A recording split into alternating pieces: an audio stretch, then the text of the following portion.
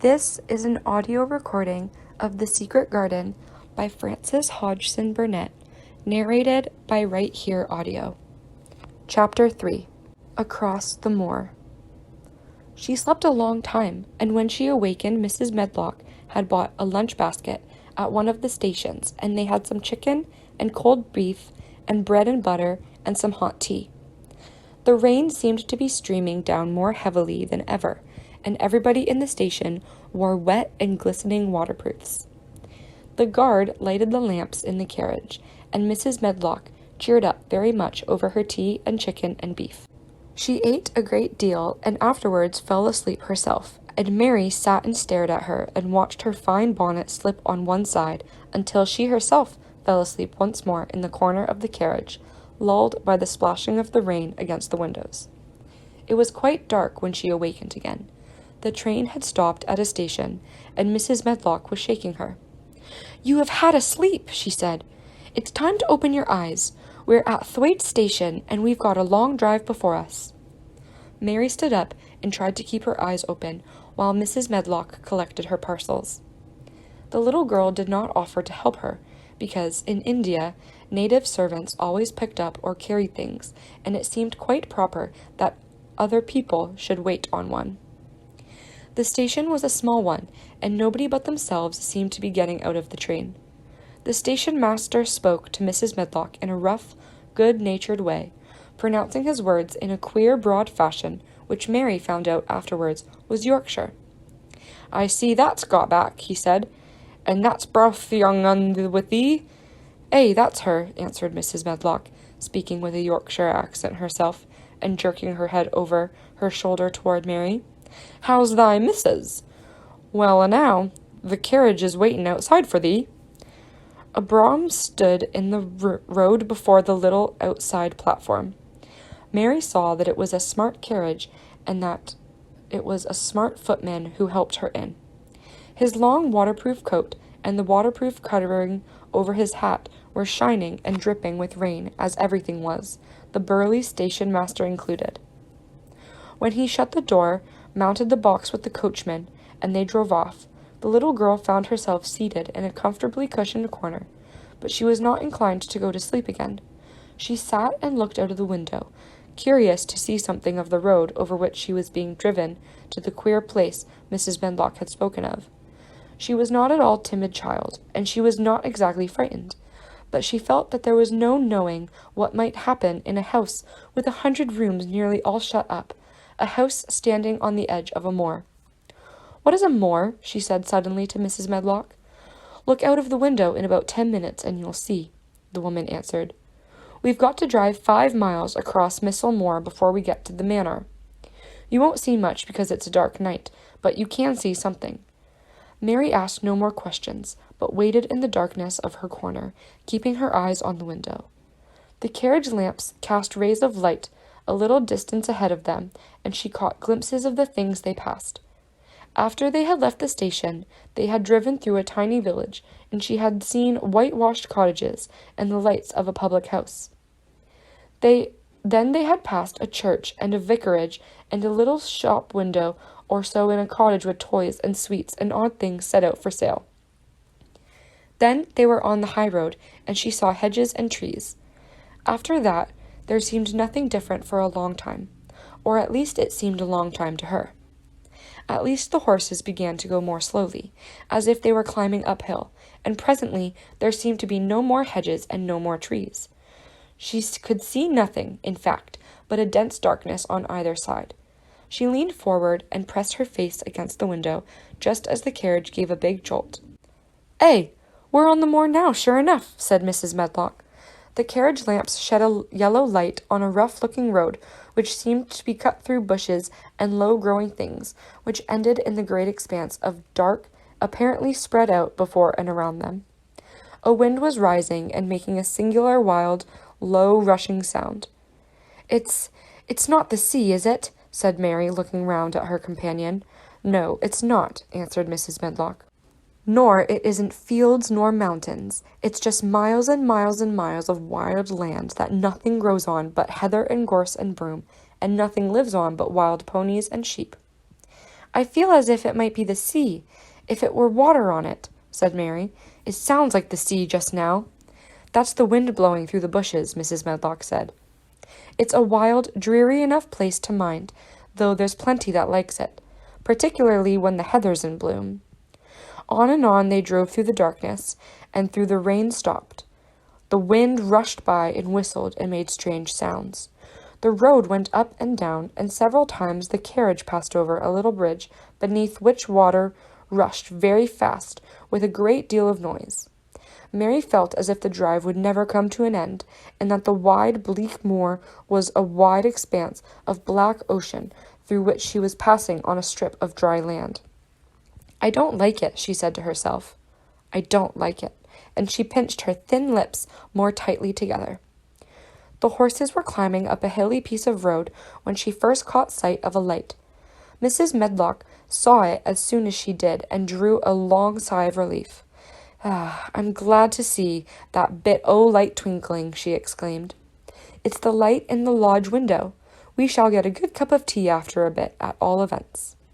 It was "after a bit," as she said, for when the carriage passed through the park gates, there was still 2 miles of avenue to drive through, and the trees, which nearly met overhead, made it seem as if they were driving through a long, dark vault.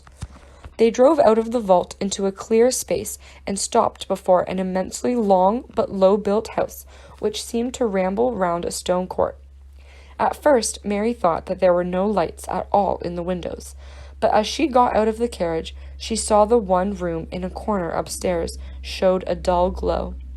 The entrance door was a huge one, made of massive, curiously shaped panels of oak, studded with big iron nails and bound with great iron bars. It opened into an enormous hall, which was so dimly lighted that the faces in the portraits on the walls and all the figures in the suits of armor made Mary feel that she did not want to look at them.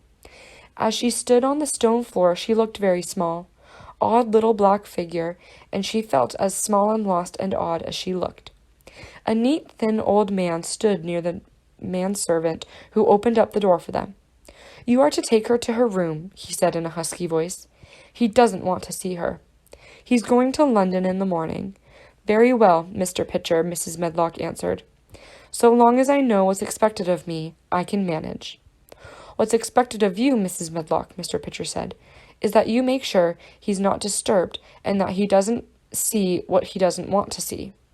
And then Mary Lennox was led up a broad staircase and down a long corridor, and up a short flight of steps, and through another corridor and another, until a door opened in a wall, and she found herself in a room with a fire in it, and a supper on a table. Mrs. Medlock said incremendously, "Well, here you are. This room and the next are where you'll live, and you must keep to them. Don't you forget that." It was this way Mistress Mary arrived at Misselthwaite Manor, and she had perhaps never felt quite so contrary in all her life. Chapter 4. Martha. When she opened her eyes in the morning, it was because a young housemaid had come into her room to light the fire and was kneeling on the hearth rug, raking out the cinders noisily. Mary lay and watched her for a few moments, and then began to look about the room. She had never seen a room at all like it, and thought it curious and gloomy. The walls were covered with tapestry, with a forest scene embroidered on it. There were fantastically dressed people under the trees, and in the distance there was a glimpse of the turrets of a castle. There were hunters and horses and dogs and ladies. Mary felt as if she were in the forest with them. Out of a deep window she could see a great climbing stretch of land which seemed to have no trees on it, and to look rather like an endless, dull, purplish sea.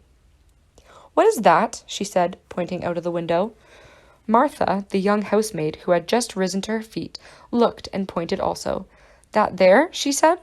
"Yes, that's the moor," with a good-natured grin.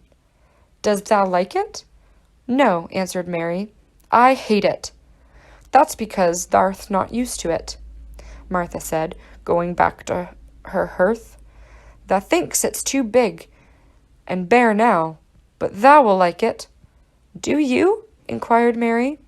"Aye, that I do," answered Martha cheerfully, polishing away at the grate. "I just love it. It's none bare. It's covered wi' growin' things, it smells sweet. It's fair lovely in spring and summer when the growth and broom and heathers flower. It smell o' honey, and there's such a lot o' fresh air, and the sky looks so high, and the bees and skylarks make such a noise, hummin' and singin'.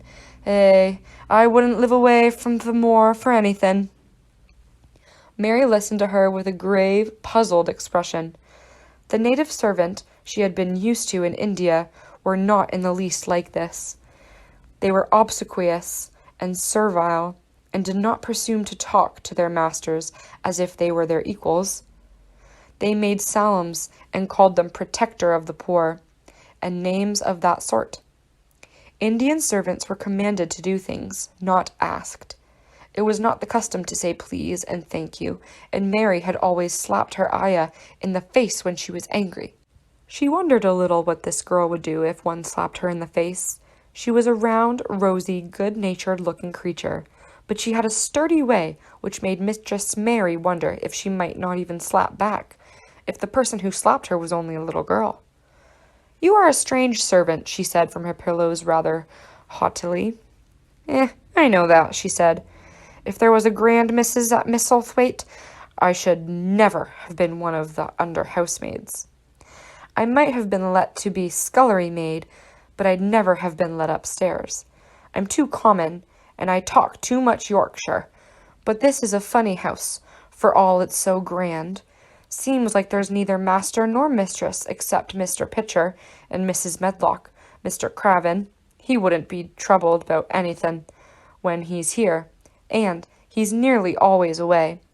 Mrs. Medlock gave me the place out of kindness, and she told me she could never have done it if Misselthwaite had been like other big houses."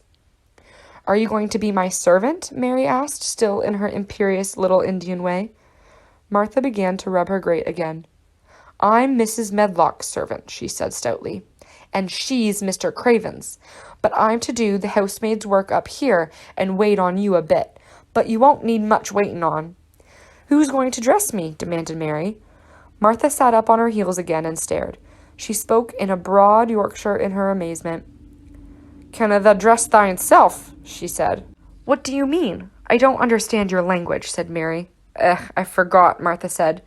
"Mrs. Medlock told me I'd have to be careful, or you wouldn't know what I was saying. I mean, can't you put on your own clothes?" "No," answered Mary quite indignantly. "I never did in my life. My ayah dressed me, of course." "Well," said Martha, evidently not in the least aware that she was impudent, "it's time thou should learn. Thou cannot begin younger. It'll do thee good to wait on thyself a bit. My mother always said she couldn't see why grand people's children didn't turn out fair fools, with nurses and being washed and dressed and took out to walk as if they were puppies. It's different in India," said Mistress Mary disdainfully. She could scarcely stand this. But Martha was not at all crushed. I can see it's different," she answered almost sympathetically. "I dare say it's because there's such a lot of blacks there instead of respectable white people. When I heard you was coming from India, I thought you was a black too." Mary sat up in bed, furious. "What?" she said. "What? You thought I was a native? You daughter of a pig!" Martha stared and looked hot. "Who you callin' names?" she said. "You needn't be so vexed. That's not the way for a young lady to talk. I've nothing against the blacks. When you read about 'em in tracts, they're always very religious. You always read as a black's a man and a brother. I've never seen a black, and I was fair pleased to think I was going to see one close. When I came to light your fire this morning, I crept up to your bed and pulled the cover back, careful to look at you, and there you was. Disappointedly, no more black than me, for all you're so yeller." Mary didn't even try to control her rage and humiliation. "You thought I was a native! You dared! You don't know anything about natives. They are not people, they're servants. You must salaam to you. You know nothing about India. You know nothing about anything." She was in such a rage and felt so helpless before the girl's simple stare, and somehow she suddenly felt so horribly lonely and far away from everything she understood, and which she understood her, that she threw herself face downward on the pillows and burst into passionate sobbing. She sobbed so unrestrainedly that good-natured Yorkshire Martha was a little frightened and quite sorry for her. She went to the bed and bent over her. You mustn't cry like that there, she begged. You mustn't for sure. I didn't know you'd be vexed. I didn't know anything about anything, just like you said. I beg your pardon, miss. Do stop crying. There was something comforting and really friendly in her queer Yorkshire speech and sturdy way which had a good effect on Mary. She gradually ceased crying and became quiet. Martha looked relieved. It's time for thee to get up now, she said. Mrs. Medlock said I was to carry the breakfast and tea and dinner into the room next to this. It's been made into a nursery for thee. I'll help thee on with thy clothes, if that'll get out of bed. If the buttons are at the back, thou cannot button up thyself. When Mary at last decided to get up, the clothes Martha took from the wardrobe were not the ones she had worn when she arrived the night before with Mrs. Medlock. Those are not mine, she said. Mine are black. She looked the thick white wool coat and dress over and added with cool approval, Those are nicer than mine. These are one that must put on, Martha answered. Mr. Crevern ordered Mrs. Medlock to get 'em in London. He said, I won't have a child dressed in black wandering about like a lost soul, he said. It'd make the place sadder than it is. But colour in her. Mother said she knew what she meant. Mother always knows what a body means. She doesn't hold with black herself. I hate black things, said Mary. The dressing process was one which taught them both something. Martha had buttoned up her little sisters and brothers, but she had never seen a child who stood and waited for another person to do things for her as if she had neither hands nor feet of her own. Why doesn't thou put on thy own shoes? She said, when Mary quietly held out her foot. My ayah did it, answered Mary, staring. It was the custom. She said that very often. It was the custom. The native servants were always saying it. If one told them to do a thing their ancestors had not done for 1,000 years, they gazed at one mildly and said, It's not the custom, and one knew that it was the end of the matter. It had not been the custom that Mistress Mary should do anything but stand and allow herself to be dressed like a doll, but before she was ready for breakfast, she began to suspect that her life at Misselthwaite Manor would end by teaching her a number of things quite new to her, things such as putting on her own shoes and stockings, and picking up things she let fall. If Martha had been a well-trained fine young lady maid, she would have been more subservient and respectful, and would have known that it was her business to brush hair and button boots and pick things up and lay them away. She was, however, only an untrained Yorkshire rustic who had been brought up in a moorland cottage with a swarm of little brothers and sisters who had never dreamed of doing anything but waiting on themselves, and the younger ones who were either babies in arms or just learning to totter about and tumble over things. If Mary Lennox had been a child who was ready to be amused, she would perhaps have laughed at Martha's readiness to talk, but Mary only listened to her coldly and wondered at her freedom of manner. At first she was not at all interested, but gradually, as the girl rattled on in her good-tempered homely way, Mary began to notice what she was saying. You should see 'em all, she said. There's 12 of us, and my father only gets 16 shilling a week. I can tell you my mother's put it to get porridge for 'em all. They tumble about on the moor and play there all day, and mother says the air of the moor fattens 'em. She says she believes they eat the grass same as the wild ponies do. Our Dickon, he's 12 years old, and he's got a young pony he calls his own. Where did he get it? Asked Mary. He found it on the moor with its mother when it was a little one, and he began to make friends with it, give it bits of bread, and pluck young grass for it, and go to him like it follows him, and it lets him get on its back. Dickon's a kind lad, and animals like him. Mary had never possessed an animal pet of her own, and had always thought she should like one, so she began to feel a slight interest in Dickon, and, as she had never before been interested in anyone but herself, it was the dawning of healthy sentiment. When she went to the room which had been made into a nursery for her, she found that it was rather like the one she had slept in. It was not a child's room, but a grown-up person's room, with gloomy old pictures on the walls and heavy old oak chairs. A table in the center was set with good sustainable breakfast, but she had always had a very small appetite, and she looked with something more than indifference at the first plate Martha set before her. "I don't want it," she said. "That doesn't want any by porridge?" Martha exclaimed incredulously.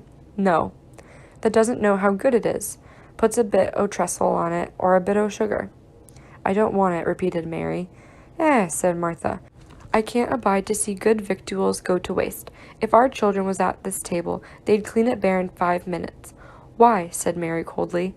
"Why?" echoed Martha. "Because they scarce ever had their stomachs full in their lives. They're as hungry as young hawks and foxes." "I don't know what it is to be hungry," said Mary with the indifference of ignorance. Martha looked indignant. "Well, it would do thee good to try it. I can see that plain enough," she said outspokenly. "I've no patience with folk as sits and just stares at good bread and meat. My word!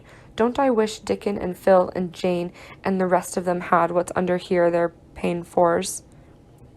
"Why don't you take it to them?" suggested Mary. "It's not mine," answered Martha stoutly. "And this isn't my day out. I get my day out once a month, same as the rest. Then I go home and clean up for Mother and give her a day's rest." Mary drank some tea and ate a little toast and some marmalade. "You wrap up warm and run out and play, you," said Martha. "It'll do you good and give you some stomach for your next meal." Mary went to the window. There were gardens and paths and trees, but everything looked dull and wintry. "Out? Why should I go out on a day like this?" "Well, if that doesn't go out, thou'lt have to stay in. And what has that got to do?" Mary glanced about her. There was nothing to do. When Mrs. Medlock had prepared the nursery, she had not thought of amusement. Perhaps it would be better to go and see what the gardens were like. "Who will go with me?" she inquired. Martha stared. "You'll go by yourself," she answered. "You'll have to learn to play like other children does when they haven't got sisters and brothers. Our Dickon goes off the moor by himself and plays for hours. That's how he made friends with the pony. He's got sheep on the moor that know him, and birds come and eat out of his hand. However little there is to eat, he always saves a bit of his bread to coax his pets." It was really this mention of Dickon which made Mary decide to go out. Though she was not aware of it, there would be birds outside, though there would not be ponies or sheep. They would be different from the birds in India, and it might amuse her to look at them. Martha found her coat and hat for her, and a pair of stout little boots, and showed her her way downstairs. "If that goes round that way, they'll come to the gardens," she said, pointing to a gate in a wall of shrubbery. "There's lots of flowers in summertime, but there's nothing bloomin' now." She seemed to hesitate a second before she added, "One of the gardens is locked up. No one has been in it for 10 years. "Why?" asked Mary, in spite of herself. Here was another locked door, added to the 100 in the strange house. Mr. Cravern had shut it when his wife died so sudden. He won't let no one go inside. It was her garden. He locked the door and dug a hole and buried the key. There's Mrs. Medlock's bell ringing. I must run." After she was gone, Mary turned down to the walk which led to the door in the shrubbery. She could not help thinking about the garden which no one had been in for about 10 years.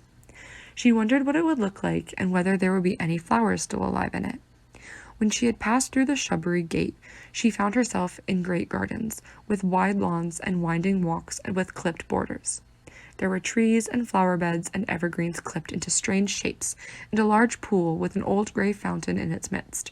But the flower beds were bare and wintry, and the fountain was not playing. This was not the garden which was shut up. How could a garden be shut up? You could always walk into a garden.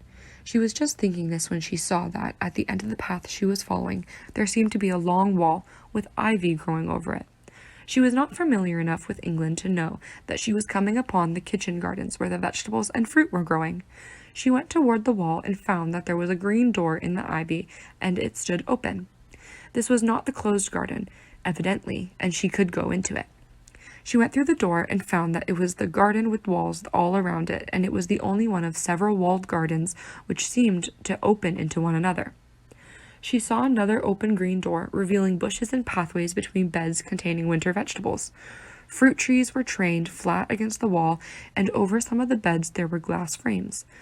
The place was bare and ugly enough, Mary thought as she stood and stared about her.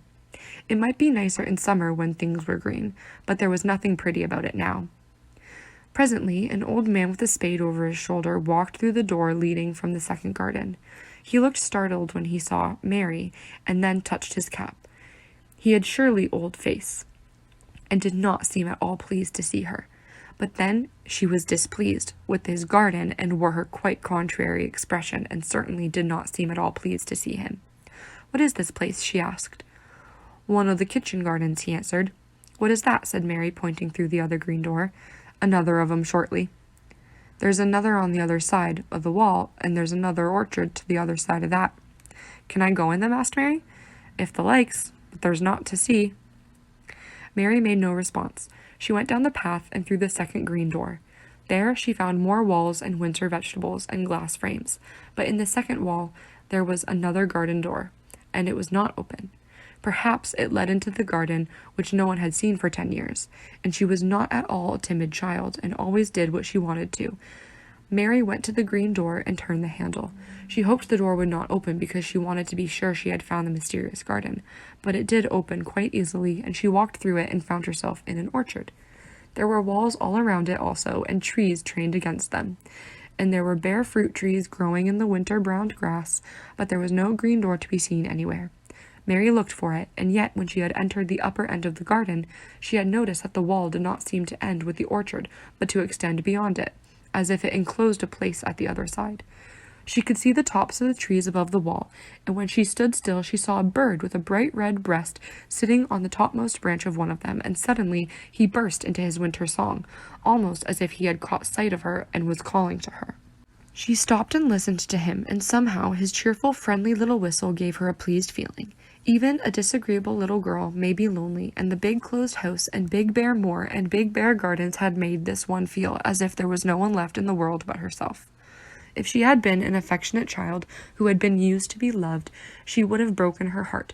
But even though she was Mistress Mary quite contrary, she was desolate, and the live, bright-breasted little bird brought a look into her sour little face which was almost a smile.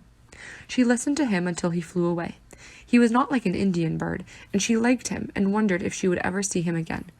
Perhaps he lived in the mysterious garden and knew all about it. Perhaps it was because she had nothing whatsoever to do that she thought so much of the deserted garden. She was curious about it and wanted to see what it was like. Why had Mr. Archibald Crevard buried the key? If he had liked his wife so much, why did he hate her garden?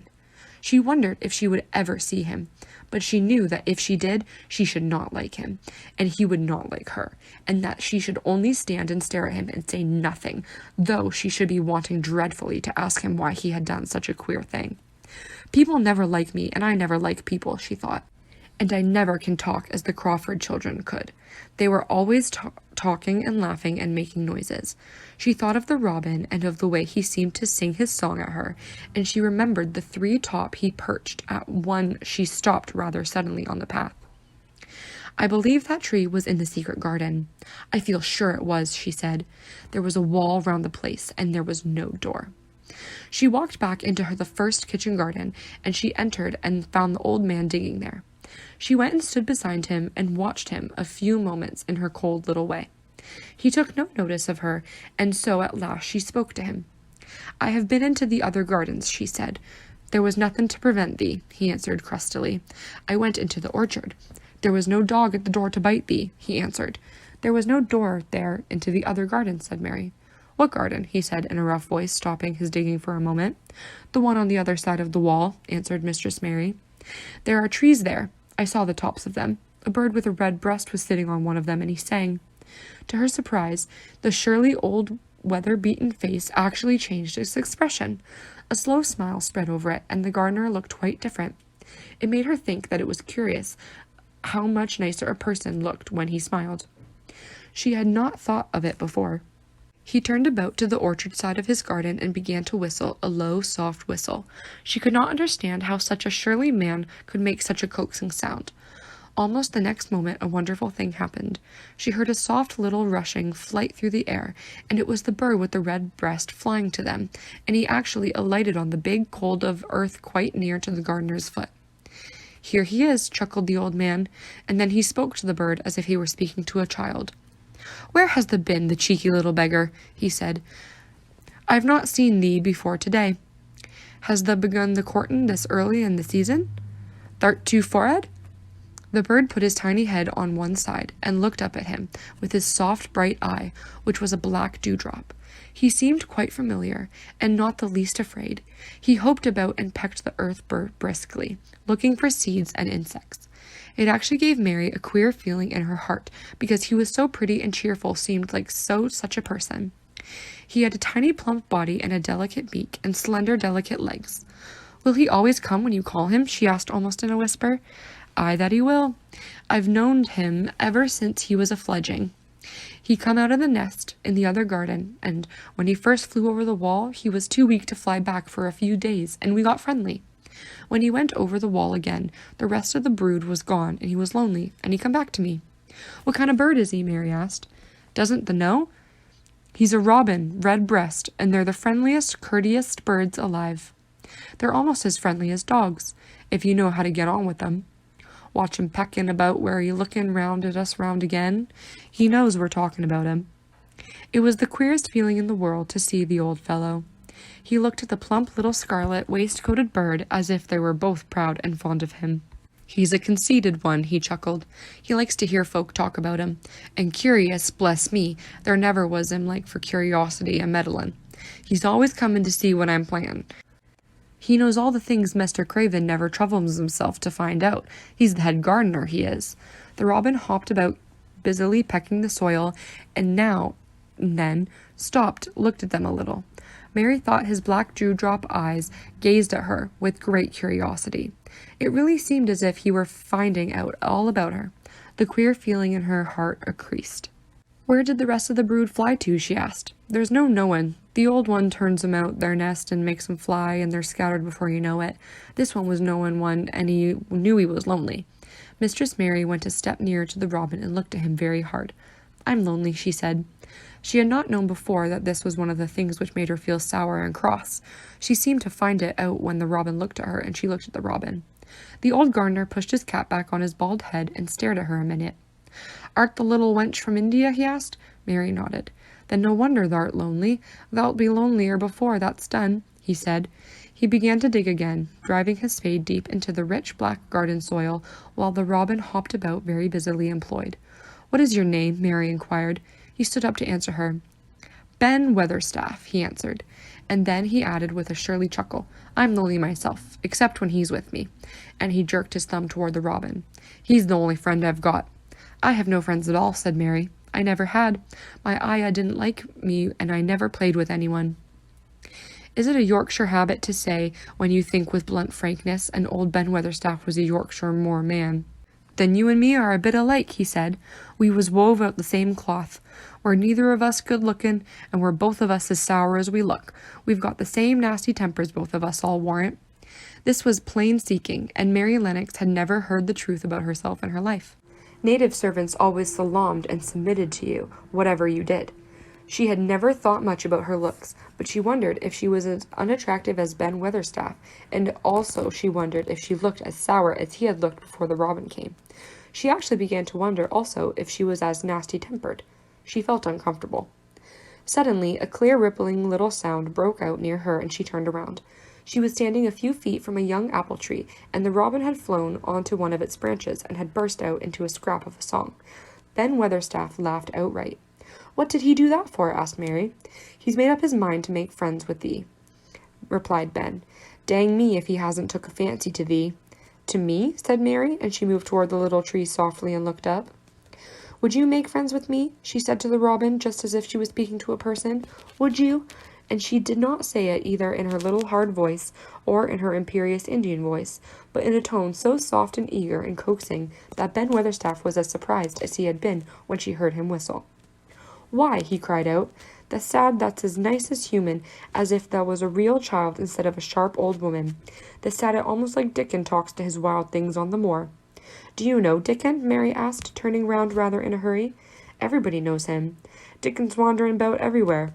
The very blackberries and healthier bells know him. I warrant the foxes shown him where their cubs lie, and the skylarks doesn't hide their nests from him." Mary would have liked to ask some more questions. She was almost as curious about Dickon as she was about the deserted garden.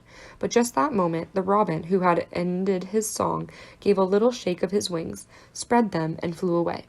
He had made his visit, and had other things to do. "He has flown over the wall," Mary cried out, watching him. "He has flown into the orchard. He has flown across the other wall, into the garden where there is no door." "He lives there," said old Ben. "He came out o' the egg there. If he's curtin, he's making up some young madam of a robin that lives among the old rose trees there." "Rose trees?" said Mary. "Are there rose trees?" Ben Weatherstaff took up his spade again and began to dig. "There was 10 years ago," he mumbled. "I should like to see them," said Mary. "Where's the green door? There must be a door somewhere." Ben drove his spade deep and looked as uncompanionable as he had looked when she first saw him. "There was 10 years ago, but there isn't now," he said. "No door?" cried Mary. "There must be. None as anyone can find, and none as in anyone's business. Don't you be a meddlesome wench and poke your nose where it's no cause to go. Here I must go on with my work. Get you gone and play, you. I've no more time." And he actually stopped digging, threw his spade over his shoulder, and walked off, without even glancing at her or saying good-bye.